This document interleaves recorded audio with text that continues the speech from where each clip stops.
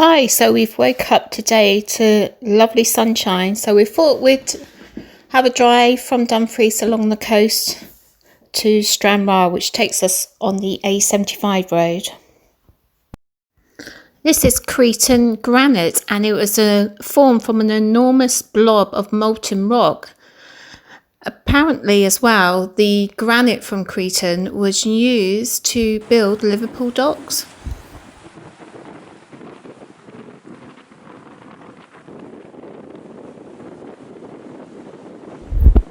So we carried along the coast road to a village called Portpatrick. This is a beautiful little fishing port that used to have ferries going across to Northern Ireland.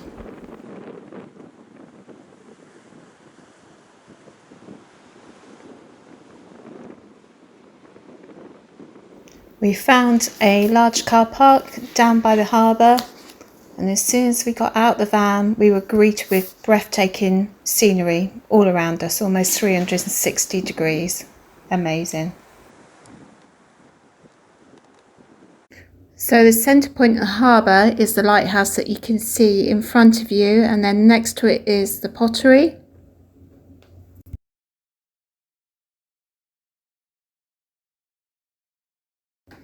So just in the doorway of the pottery, you can see some sort of sculpture made out of the local driftwood.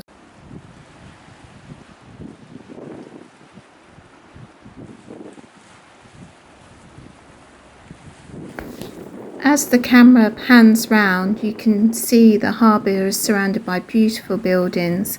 Some of those buildings are hotels, holiday lets and the local restaurants. We also spotted a cafe in the car park area.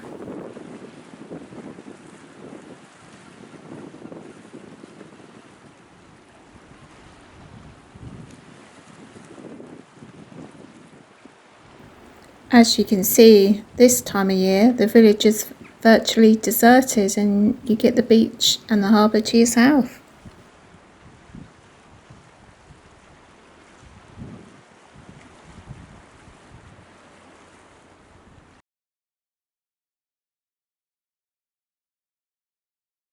That's Portpatrick's lifeboat in front of us, and the station played an important role in something I'm going to tell you about in a bit.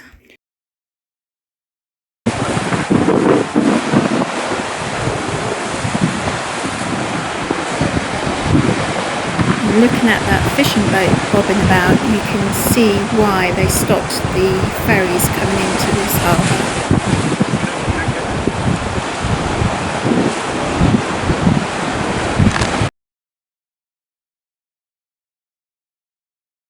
Here's an aerial view of the harbour.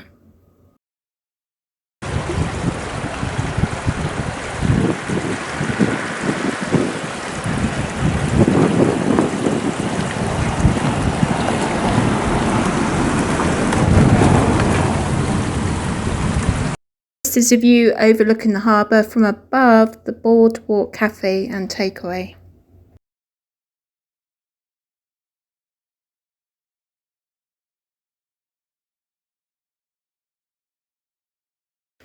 This is the lighthouse pottery that we showed you earlier.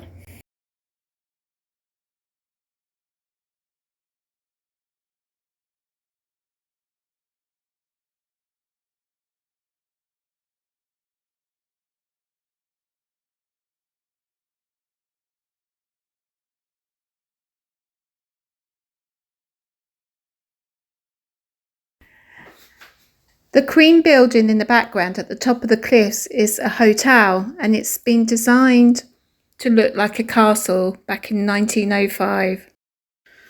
We found some steps that take you up to the hotel. It's a bit of a climb, but worth it when you get to the top for the views. Stunning. Here's another visitor from out of town enjoying the views.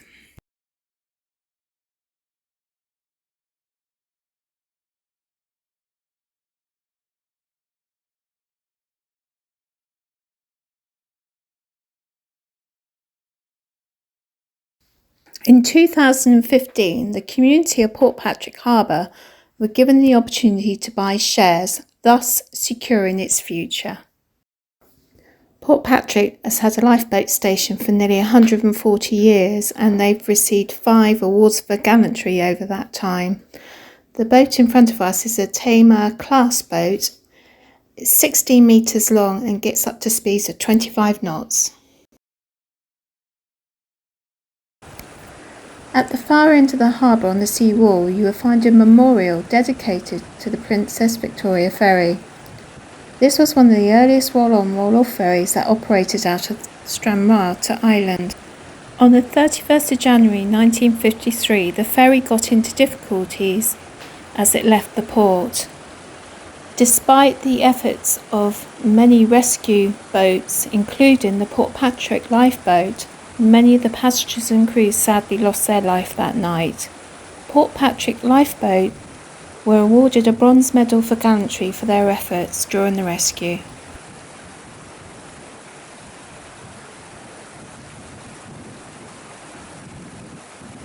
You're looking at the mouth of Loch Ryan from Stranraer towards the Irish Sea, and that's the journey the ferries would have taken out of Stranraer. Ferry stopped operating out of this port after 150 years in November 2011.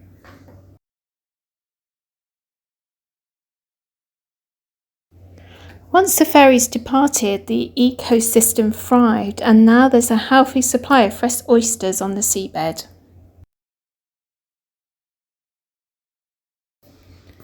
As the day starts to draw and the sun drops, it's time to make our way back.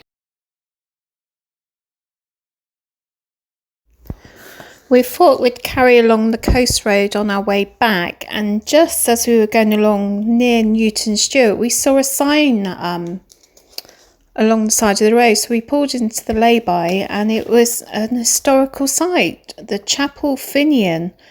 It dates back to apparently AD 900s and it was a resting place for pilgrims that had come across some island before they set off to a priory nearby.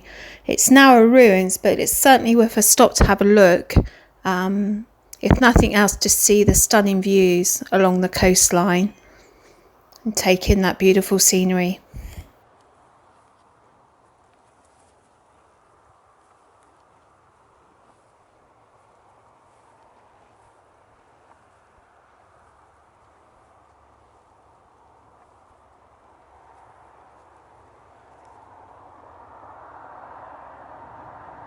Well, we've had a lovely day today exploring along the A75 and especially loved Portpatrick.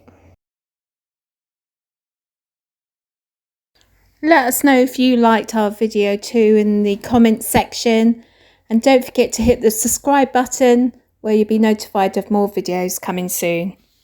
Thanks for watching. Bye.